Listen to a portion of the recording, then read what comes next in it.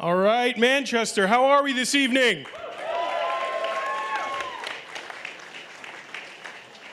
Thank you all so much for coming out here tonight to join Team Tulsi, and in my opinion, one of the most amazing, inspiring, unique, and badass candidates to ever run for the White House.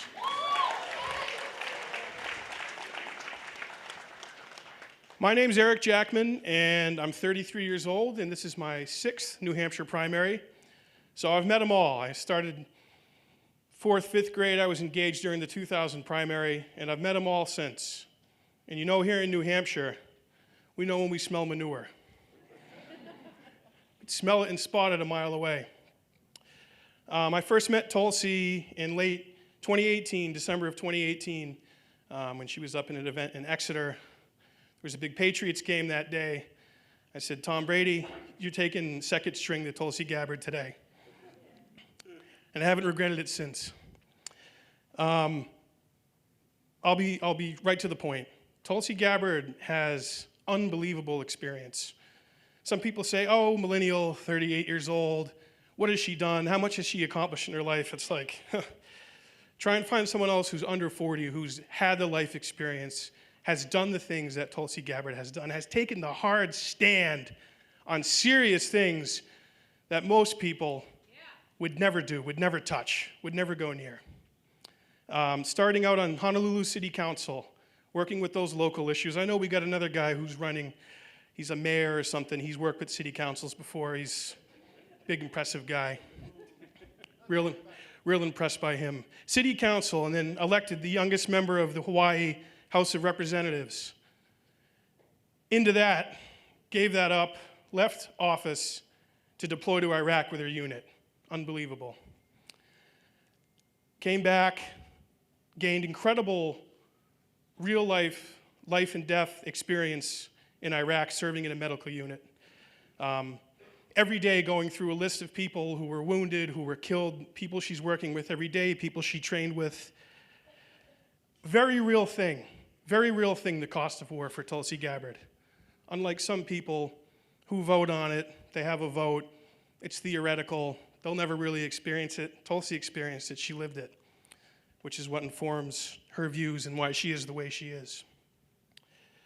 Runs for Congress in 2012, elected 31 years old, already has all this amazing experience. Breath of fresh air. We've probably heard the toffee story. She helped bridge the gap and bring colleagues together in Congress by offering up some food. Now, if she was doing that, look at me, I'd be running for the food. But Tulsi is a breath of fresh air. She's willing to work with those that they don't agree with on everything. And you know what? That is a mirror to our lives as regular Americans. We have to work with people every day that we don't agree with stuff. Otherwise, we wouldn't be able to get through our days. For some reason, that paralysis is allowed to happen in Washington. And if you go against it, you're looked at as an oddity or something weird, when it's not. So I'm confident on day one, Tulsi Gabbard can walk into that White House and not only be in charge of the nuclear triad, which if I remember correctly, Trump didn't even know what that was.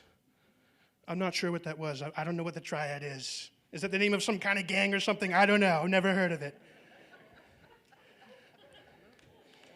Sorry, he's down the road, I had to mention him. Tulsi could take care of our armed forces, take control. She knows how it works. Being in Congress for almost 8 years now, Armed Services Committee, dealing with the defense budget. I mean, come on, running the budget in your household, that is like, whoa, how am I going to make it this month? Imagine working for defense appropriations and figuring out spending for this base, funding for troops here, X, Y, and Z. These are all things that we need our president to know about, at least have a basic understanding. Tulsi's an expert in all these fields. So it's without reservation that I will tell all of you, and I've told everybody in my network this last 13 months here in New Hampshire, Tulsi Gabbard is the most qualified candidate in this race on foreign policy, on bringing people together, and working with people for solutions, not crying with your hair on fire, going into a corner saying, I don't believe what they believe, we're not going to work together. Where does that get us? It gets us where we've been.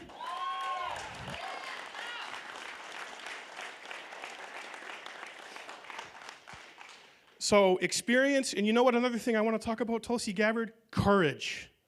Yeah. Courage. Donald Trump talked about locking Hillary up and holding the Clintons to account, and then the election happened. He said, oh, that's the thing that I said we were going to do. It was fun. We had fun with it. But we're not going to do it. What does Tulsi Gabbard do when she's smeared by Hillary Clinton and called a Russian asset? She sues her and makes her accountable. Tells her, you don't do that. You don't smear a combat veteran running for president. So she stands up for what she believes in. She's courageous. She's brilliant. She's measured. She's composed. And she never does anything in half measure. So I'm honored to be here tonight. I appreciate you all coming out. I want to turn it over to my co-host. We're kind of doing a lethal weapon thing here. Riggs and Murtaugh. Guess which one I am. He's the host of Mi Casa Su Casa, Mr. Nico House. What's up, what's up, what's up, Manchester? Give yourselves a hand for coming out here in this cold-ass weather. Y'all know I'm from Miami. Did y'all know that? It's 80 degrees right now. So if I'm out here for Tulsi Gabbard, you know she must be the one. First of all, let me just say thank you all so much for being so engaged, because that is a challenge. It is very exhausting, especially in today's political climate. Now, in the spirit of that, I do have a question, though. How many of you are undecided? Oh, you know, this, okay, not that many in here. It seems like y'all pretty committed to Tulsi. Okay, good stuff. How many of you are only undecided because you're worried that, I don't know, literally every mainstream media, DNC, every billionaire is going to stop Tulsi Gabbard from having even, a puncher's chance at the nomination? Be honest. Thank you. I appreciate your honesty. See, here's the problem with that. Do y'all know that Tulsi needs one delegate to be on that debate stage? Do you know that Tulsi has been raising what? About an average about $3 million a month. In other words, her party's just getting started.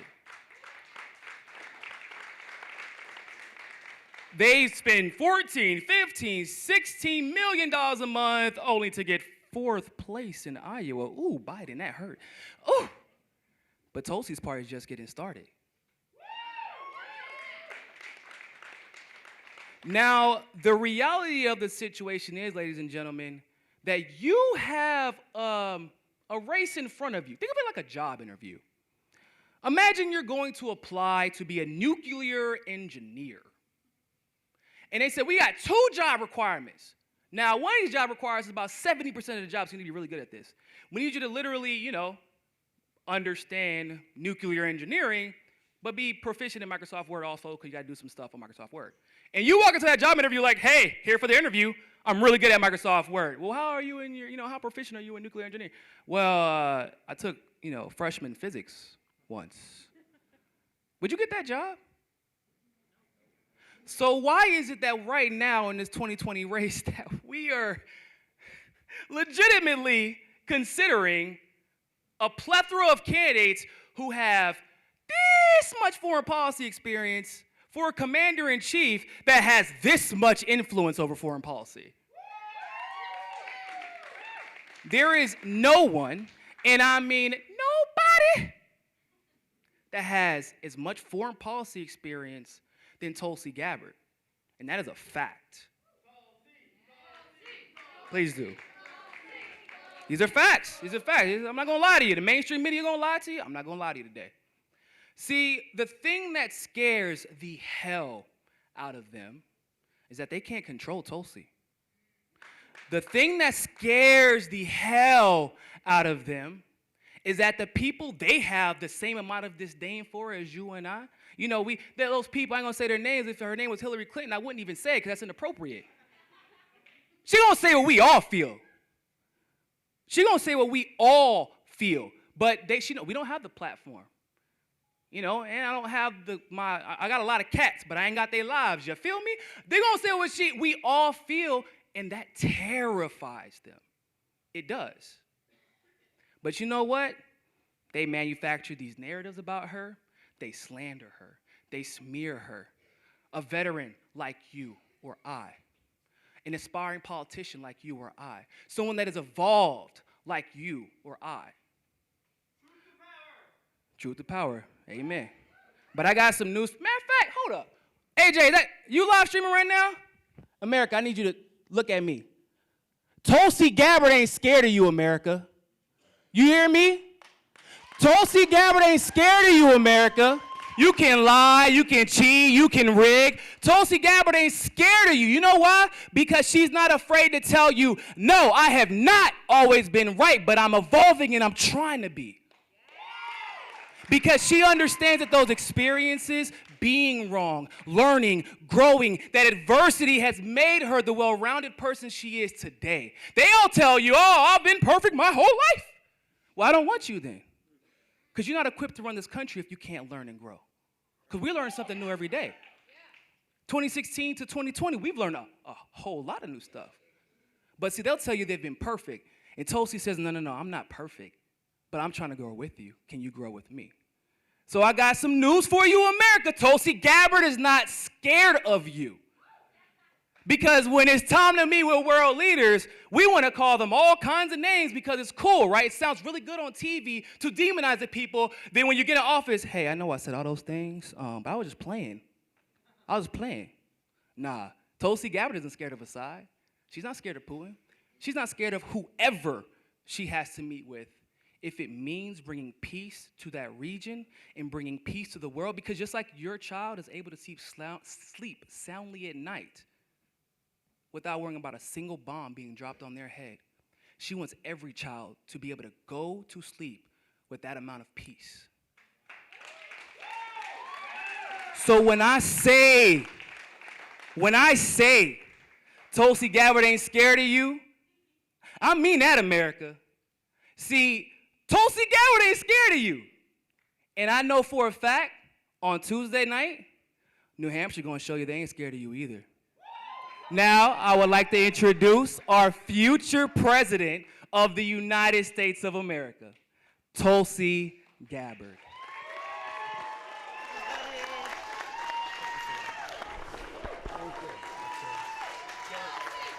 Thank you so much. Aloha, New Hampshire. Thank you. Thank you so much. It's so good to see you tonight. Thank you so much. Thank you for being here. In just a few hours, the time has come. Where's Eric? Where are the first votes cast in New Hampshire? Dixville Notch. At what time? Midnight. At midnight. It is time. It is time for your voices to be heard. We've been campaigning here in New Hampshire for a little over a year. It's been a tremendous and amazing experience. Being able to get across your beautiful state, being able to have the privilege of meeting so many people from so many different backgrounds, all finding one sense of unity. I think it's that same sense of unity and spirit that brings us here tonight. That we are here because we love our country. We are here because we're concerned about where we are as a nation today. We are heartbroken about how divided our country has become. And we want to do something about it, right?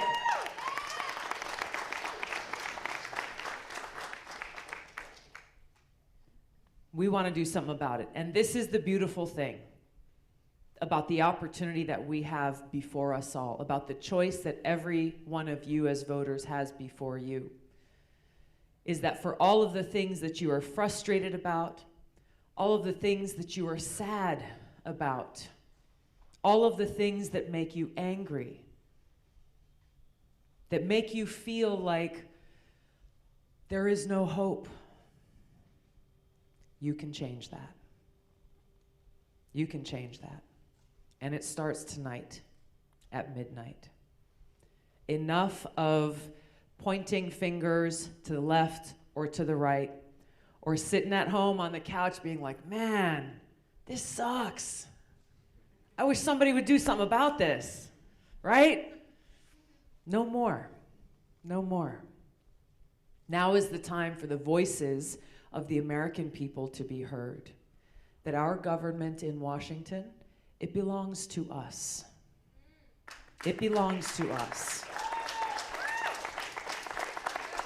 That the words that our founders chose to begin our Constitution with, we the people, that means something.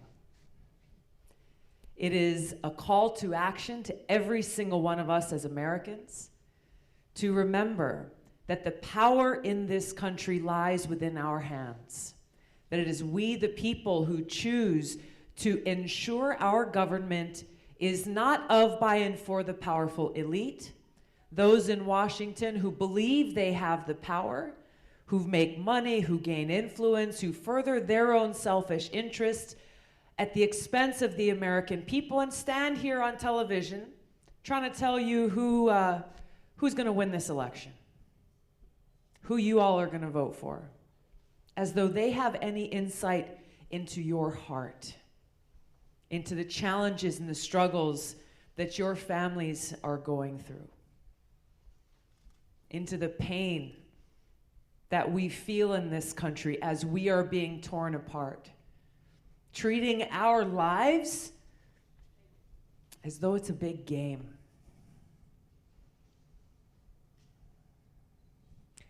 I get asked sometimes, in a little bit of a jest, I think, especially on a very, very cold and snowy day here in New Hampshire, by some local New Hampshire residents saying, Tulsi, why are you here? Why aren't you in Hawaii? Why aren't you surfing in the sunshine? And my answer is always the same. I tell them I'm here because I love my country. And I care very much for our future. And because this is not a game. This is not a game. Our lives are what is at stake in so many ways. You heard Eric and Nico talk a little bit about the responsibility of the commander-in-chief. And I hope for those in the room who may still be undecided tonight, who may still be thinking through very seriously this decision you have before you, and I respect how New Hampshire voters across the state do take your responsibility very seriously. But I hope you really think about who you want in the Oval Office to make decisions that impact the lives of our brothers and sisters and our sons and daughters who serve in harm's way today. Those who, like so many, raise their hands and volunteer to say, if my nation needs me, I will lay my life down for her. It's a rare quality. The sacrifices that they are willing to make, the sacrifices that their loved ones make. This is not a game. This isn't about politics as usual. This isn't about who is more charismatic on a debate stage. This is not about who can deliver the best zinger and make the headlines. Are you fucking kidding me? I'm sorry, but I'm serious here.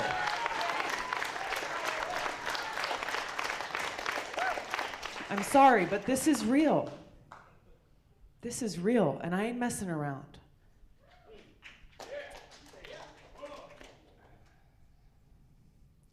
We just lost 2 more soldiers in Afghanistan. I don't know them personally. I don't know their families, but I know and understand their pain.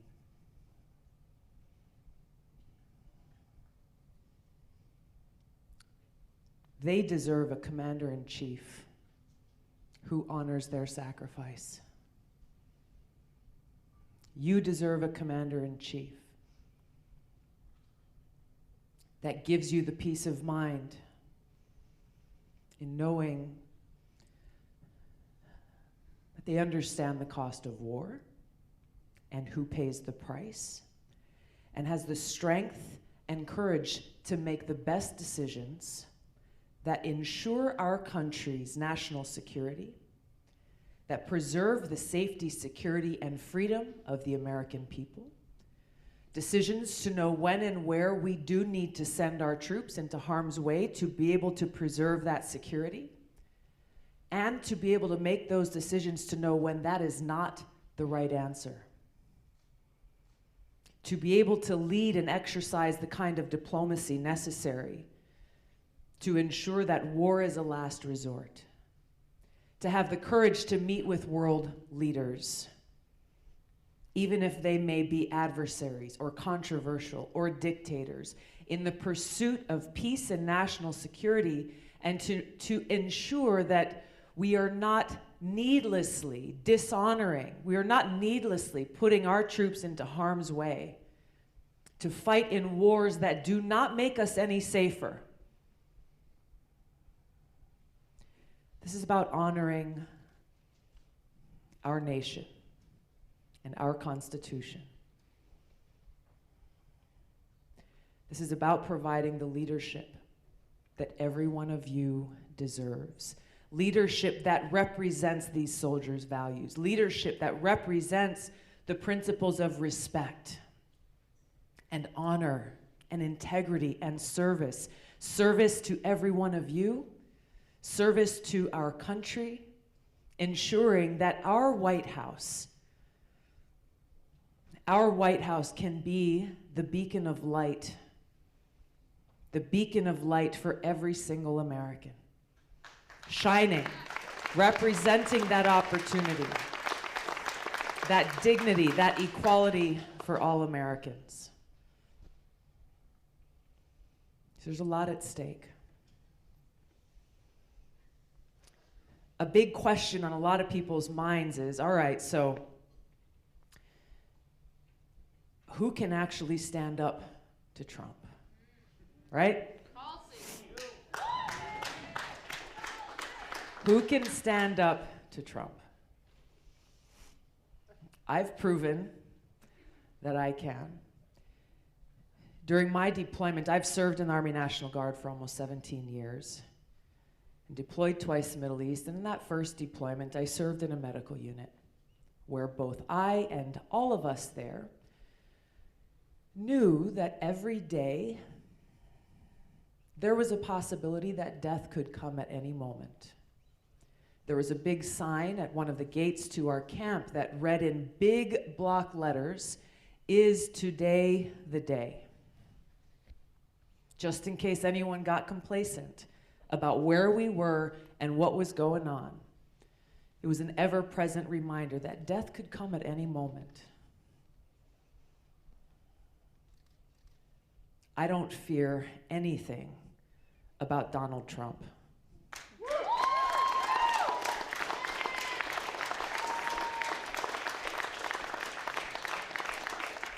I'm not focused on him, to be quite honest. I'm focused on you.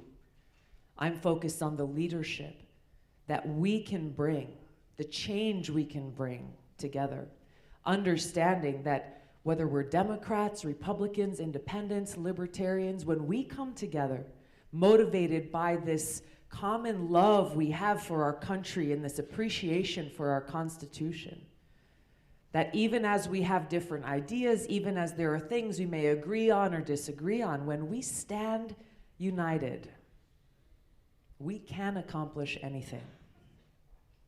We can accomplish anything. We can overcome the obstacles placed before us. This is the power in our hands. This is the answer to the great challenges that we seek. This is the standard that we need to apply to all leaders in Washington, that we put country first here. We check the partisanship at the door. This does not mean you give up your principles or your ideas. This means we come together and share those ideas. We bring maybe a different perspective that others hadn't considered before. And we make those decisions about how we put one foot in front of the other and make progress towards that bright future for all Americans together. And I want to illustrate how this is possible, that these are not just empty words, and that this change is something that we're already bringing about in our campaign. And I want you to help me out by doing this here. Raise your hand if you are a Democrat. All right, thank you. Raise your hand if you're Republican. All right, thank you. Raise your hand if you are independent or libertarian. Thank you. This right here, and I hope you had a chance to look around the room a little bit, but this right here is the representation of the kind of coalition necessary to both win in November, to beat Trump in November, and most importantly, to be able to begin to heal the divides in this country and let us all get to work together.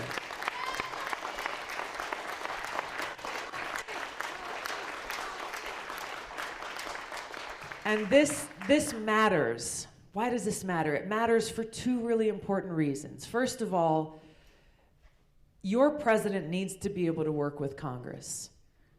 That as you hear many of the plans and ideas and promises from many different presidential candidates, unless you're able to actually pass legislation by working not only with members of the opposite party, but members of your own party as well, you're not going to be able to get those changes implemented. You're not going to be able to get that legislation passed. So I've got experience in doing this because my first 6 years in Congress as a Democrat was under a Republican majority. At a very practical level, you figure out how you establish relationships. You treat people with respect. You build those relationships where even as you may strongly disagree, maybe on one issue, maybe on 9.5 issues, there's always that one space, at least that one area where you can find common ground and you can actually get things done. This experience matters. The second reason why this is important, why all of you represent the hope for our country and our future, is it is the answer to the warning that Abraham Lincoln shared with us almost 162 years ago at a highly divisive time in our nation's history, when he said, "A house divided against itself cannot stand." A house divided against itself cannot stand. This gathering here is reflective of the gatherings and the town halls and the rallies that we've had every single day throughout this campaign, where we are coming together as Americans, regardless of party affiliation or what cable news show you choose to watch or who you voted for or who you voted against. All that stuff stays out the door. Because we are gathering here recognizing that a house divided against itself cannot stand, and we are unwilling to let this nation fail. We are unwilling to let our house fall apart. And if you look back at that speech that Abraham Lincoln delivered, the way he chose to close that speech was he said, "We shall not fail. If we stand fast, we shall not fail." This is a challenge and an opportunity that's being delivered to all of us here. And uniquely, you as New Hampshire voters have the opportunity to share this very same message to Washington and to this nation, that we shall not fail because we stand fast and we stand united. For each other, for our country, and for our future. There's a lot at stake. This is not a game. This is about our lives. It's not about me. It's not about what job I might get in the future. It's not about any of that. It's about you. It's about your loved ones. It's about your community, your families. It's about our future together.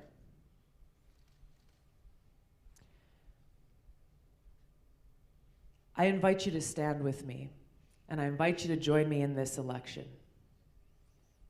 If you have had enough of politicians in Washington who say one thing and do another, if you have had enough of politicians talking at you instead of listening to you, if you have had enough of leaders in Washington who play games with our lives to serve their own greed or selfish interest,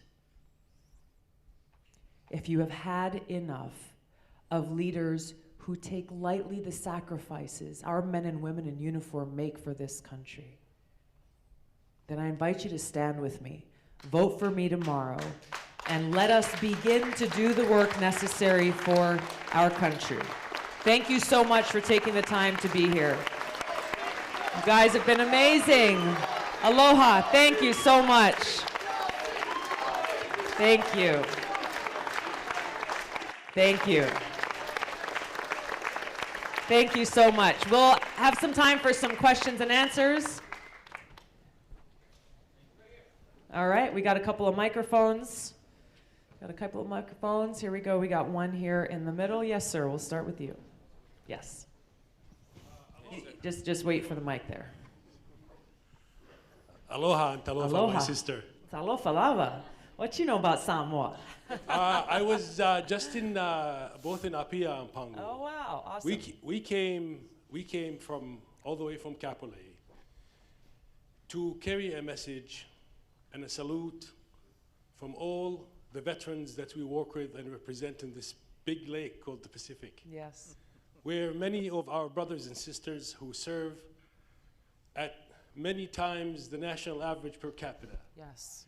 and volunteer for hazardous duty. We all want to jump out of airplanes, and we all want to be Marines, and we all want to be in harm's way for our country because of a saying that I would like to say in Samoan first. Ole lavi tiga, ole ivi, maleano. Those who rally in my hour of need are my kin.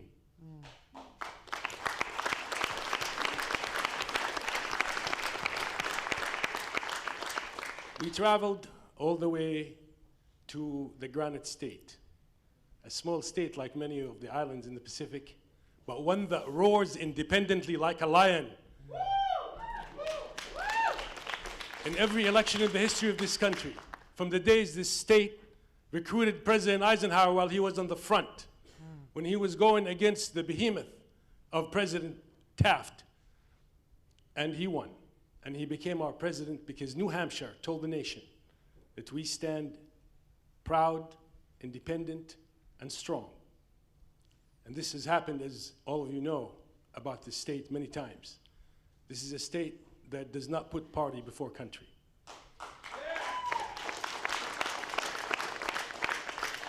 And close to the heart of the paratrooper, this is a state that says, live free or die. So we are very honored to be here.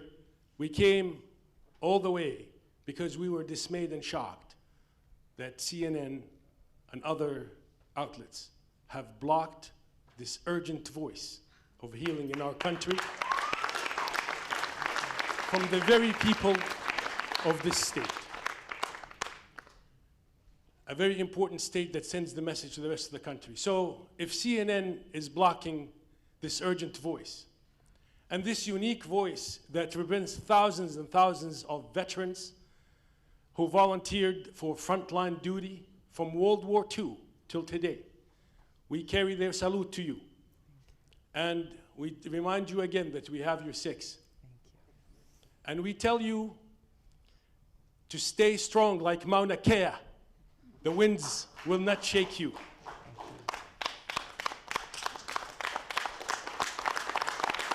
Thank you. We came to ask our brothers and sisters that bled with us in the alleyways of Fallujah and Ramadi, in Gardez and Kandahar, to join with us to call an end of this blackout on this urgent voice for our country. Pali Tulsi Gabbard sends you his greetings and reminds you, good leaders lead, but great leaders heal, sister. Thank you.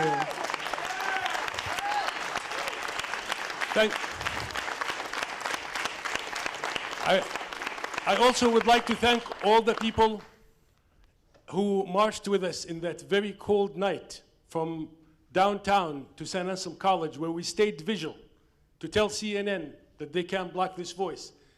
They marched behind the colors and sang warm carols of reform, asking for money and corruption to get out of politics. Thank you, thank you for your aloha and the warmth you gave us and your hospitality during a very cold night. Thank you. And thank you for your service. Thank you.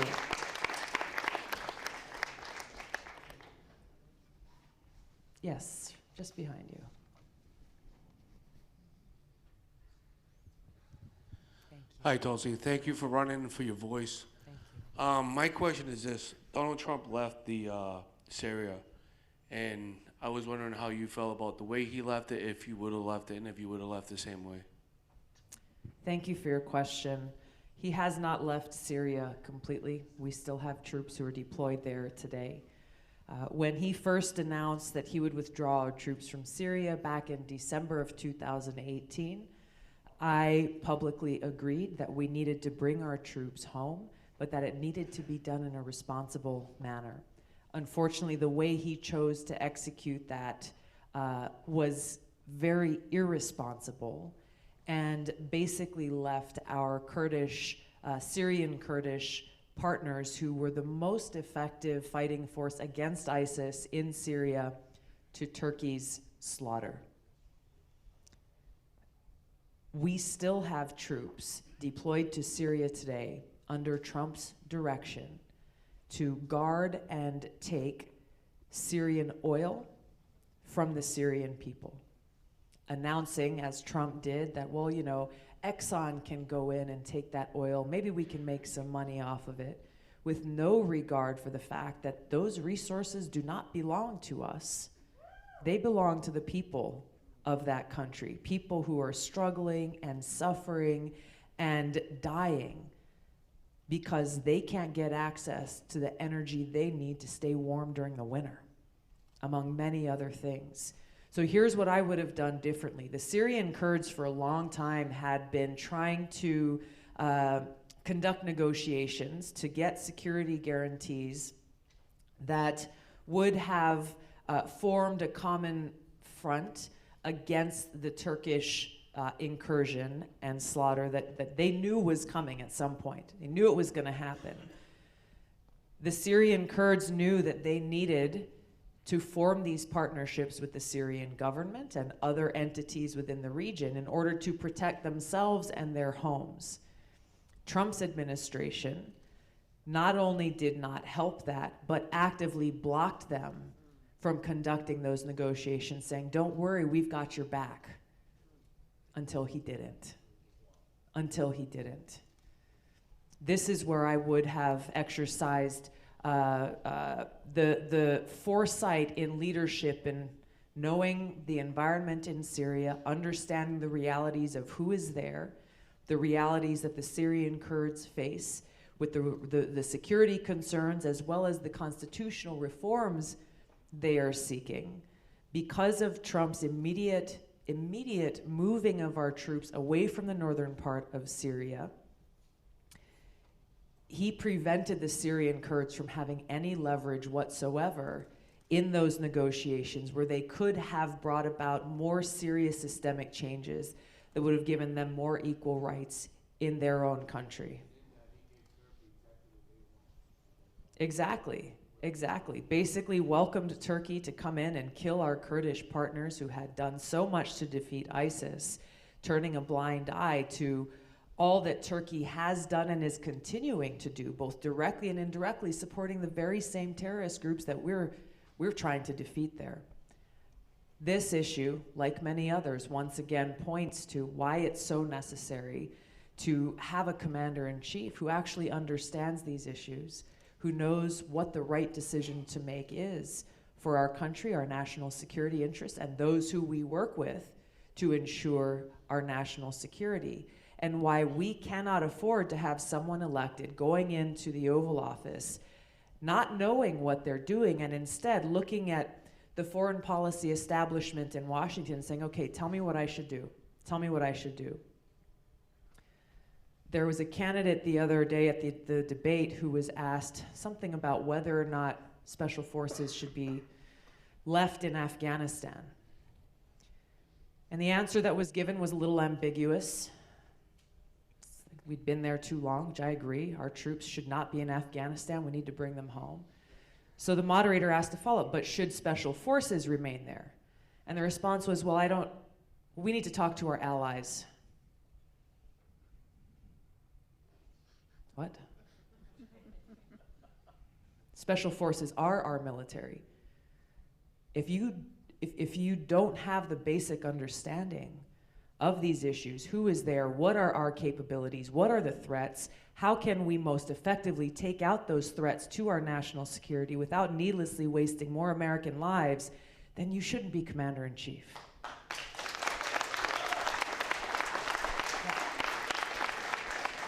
Vince? Tulsi, first and foremost, thank you for your service. Thank you. So I wanted to ask you, the commander-in-chief has to make many tough decisions. So if elected, would you have ordered the strike to kill Qasem Soleimani, somebody who is responsible for many American service people's deaths? I would not have made the decision Trump made, and here's why. Here's why. You do not want a commander-in-chief who's going to make emotional decisions about taking out bad guys, even those who have blood on their, American blood on their hands, without understanding the national security implications and ramifications. You do not want a commander-in-chief who's going to go around the world and look, there's a bad guy, there's a bad guy, there's a bad guy, I'm going to go drone strike them all, without understanding the national security ramifications. Our founders knew how dangerous it would be to place all of the power within the hands of one individual to decide whether or not to go to war with another country. Our founders escaped a monarchy where all of that power was in the hands of one person. And they formed this Constitution to protect our country against that, any one individual having the ability to abuse that power. So they gave it to Congress, the representatives of the people, who would have that responsibility to decide, do we declare war or not? So if Trump wants to go to war with Iran, he took out Iran's top military general, an act of war, unconstitutional because Congress had not declared war. The administration never came to Congress. There was no proof of an imminent threat that would have required that immediate action that he took. If you want to make the case to go to war, go to Congress. There are two serious ways that Trump's decision, not only to take out Soleimani, but the incremental step-by-step march towards war with Iran that began with his removal from the Iran nuclear agreement, has put us in a worse place. Number one, because Iran is now enriching uranium. They're not complying with this nuclear agreement that was put in place, even with its flaws, to prevent Iran from being able to develop their nuclear weapons capability. That's not in place anymore, and every day that it's not, they are moving closer to being able to develop that capability and increase that threat. Number two, our troops in Iraq, prior to this action by Trump, their mission in Iraq was to prevent a resurgence of ISIS and Al-Qaeda, working with Iraqi partners, even working with some Iranian-backed Shia militia in Iraq, those who fought alongside and with support of US troops to take out ISIS. Our commander there, after they took out Soleimani, said all of our troops in Iraq can no longer focus on preventing a resurgence from ISIS. Their attention, efforts, and resources have to be shifted completely to defending against an Iranian threat or a threat coming from Iranian-backed militia. Where does that leave ISIS and Al-Qaeda in Iraq? Leaves the door wide open for them to start to reconstitute themselves, get their strength, get their capabilities back to the point where they do pose a greater threat to our troops and to our national security. Having foresight as commander-in-chief is essential. You do not someone who's just saying, I'm gonna take a shoot from the hip approach, we'll go and do this, we'll go and do that, and not understand what the serious ramifications of that will be. That's the difference between Trump and me. That's the difference between a lot of the other candidates and what I bring. Thank you. We have time for one final question. Yes, sir. Yep. There's microphones coming your way. Hey there, Tulsi. Hi. Thanks so much for being with us today. So this is my first event with you. I'm sorry if this is something that's been covered a lot in the past, but can you talk a little bit more about your vote in the impeachment and what you think about the Senate's acquittal of President Trump last week? Sure, thank you. I've warned for a long time about two potential outcomes of this impeachment process. Number one is that because of this hyper-partisan environment in Washington, that it would only further divide an already divided country. And secondly, that because of how hyper-partisan it is, I think most people looked at the process and could have told you that the outcome would be exactly what it was, that the Senate would not vote to remove him from office, and that Trump would stand there with a headline saying Trump acquitted, saying, see, I didn't do anything wrong. And therefore, excuse me, thank you, let me finish. Therefore, being able to put himself in a position where he has increased the likelihood of his own reelection. Trump has a higher approval rating now than he has at any time during his presidency. So what I warned about, unfortunately, has exactly played out to be true. So I took the action that I took to vote present, to take a stand for the center, while also introducing a censure resolution that would have been more likely to gain bipartisan support and that was more expansive in including Trump's wrongdoing, including some of the things we've talked about with regards to Syria and with regards to Iran and others that Congress really should have considered to hold him to account, to send a message to him and any other future president that there will be accountability. Where we sit today, the choice is yours as voters to remove him from office in November of this year so that we can come together as a country and get our country back on track. Thank you. First of all, it's a pleasure to meet you and to listen to you tonight. I first became aware of you at the CNN debate that you were a part of. In the past, I've worked as a TV news journalist. I'm not here in that capacity tonight. I'm here as a voter. Okay. But as a journalist, I have to say that CNN and the other mainstream media, but particularly CNN, are guilty of the most egregious kind of bias towards you, but also the most abysmal journalistic malpractice in terms of not allowing your message to get out to people. And I hope that, certainly hoping for the best tomorrow, but if it's, I hope you just keep fighting and keep going because we need to hear your voice. We need to hear your voice. Thank you. Thank you. I really appreciate that. And I just want to make sure that, as a couple of you have raised this issue tonight, that this is about something much bigger than me.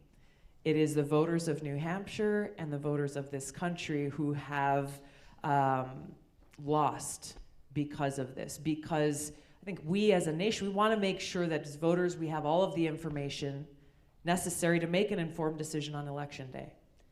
And CNN's decision to extend an invitation to many of the other candidates, including those who are polling lower than I am here in New Hampshire, but to exclude my voice and our voices, has done a disservice to all of you. That's what we need to correct. And so what we do now, I can't control what CNN does or doesn't do. They wouldn't even return our calls when we're asking them, hey, what happened? Get Fox to give you a town hall. They wouldn't do it either. We've asked Fox News to give us a town hall, and they wouldn't do it either. Regardless, here's what we will do. And I want to leave tonight making sure that we understand that even as there are obstacles, there is unfairness, it seems like the odds may be set against the voices of the American people, we can never, ever, ever forget, ever, that it is our voice that holds the most power. Indeed, it is our voice and only our voice that has the power to change, to overcome these obstacles that are placed before us, to make sure that our voices are heard at the ballot box and every day thereafter, that this government, our democratic republic, belongs to us. And we are taking a stand. We are taking a stand to ensure that our government is of the people, by the people, and for the people. And we are taking a stand because you're being very rude to people here. You are giving people... Thank you very much. There's not a tough question there. What's your question, sir? What's your question? What about the Council on Foreign Relations? I have none. Have a great night.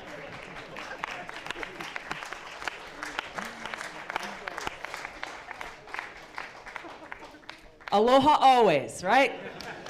Nothing but love.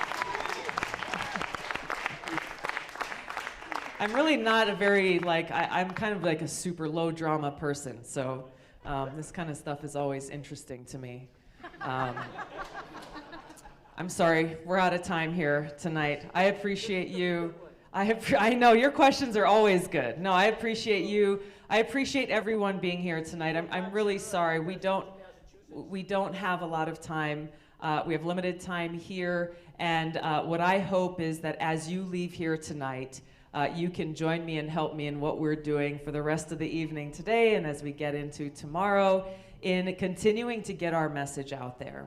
I invite you to stand with me to bring about this positive change that goes beyond left versus right, Democrats versus Republicans, and is really rooted in bringing about the best change for all of us as Americans, for all of us as a nation. We can make that impact. We can send that message. If you're leaving here tonight committed that you are a voter, you are a supporter, please bring 5 people with you to the polls tomorrow. 10 even better. And if you are still thinking this through, if you are still undecided, then I ask you to continue to give me a harder look and share the conversation that we had here tonight with others, so that those who may not have been able to come to a town hall or those who may still have some questions in their mind, we can get those questions answered so they can make that informed vote tomorrow. No matter what, let's make sure the United States of America hears New Hampshire's voice tomorrow, loud and clear, that we stand united as Americans for our country, for each other, and for our future. Thank you so much for being here, everybody. Thank you, thank you, thank you. I appreciate it. Thank you, thank you. Thank you so much. I'm gonna, hold on one second. Let me tell you what's gonna happen next. I've got to step back. I'm gonna talk to the press for a minute. I'm gonna stick around. We can take some pictures, or if you wanna just come up and say hello, we can do that. We're gonna try to form 2 lines on both sides of the room, and then we'll leave the middle aisle open for people to exit. I will be right back in about 5 minutes, and we'll get lined up. Thank you so much. Is that still on? Check.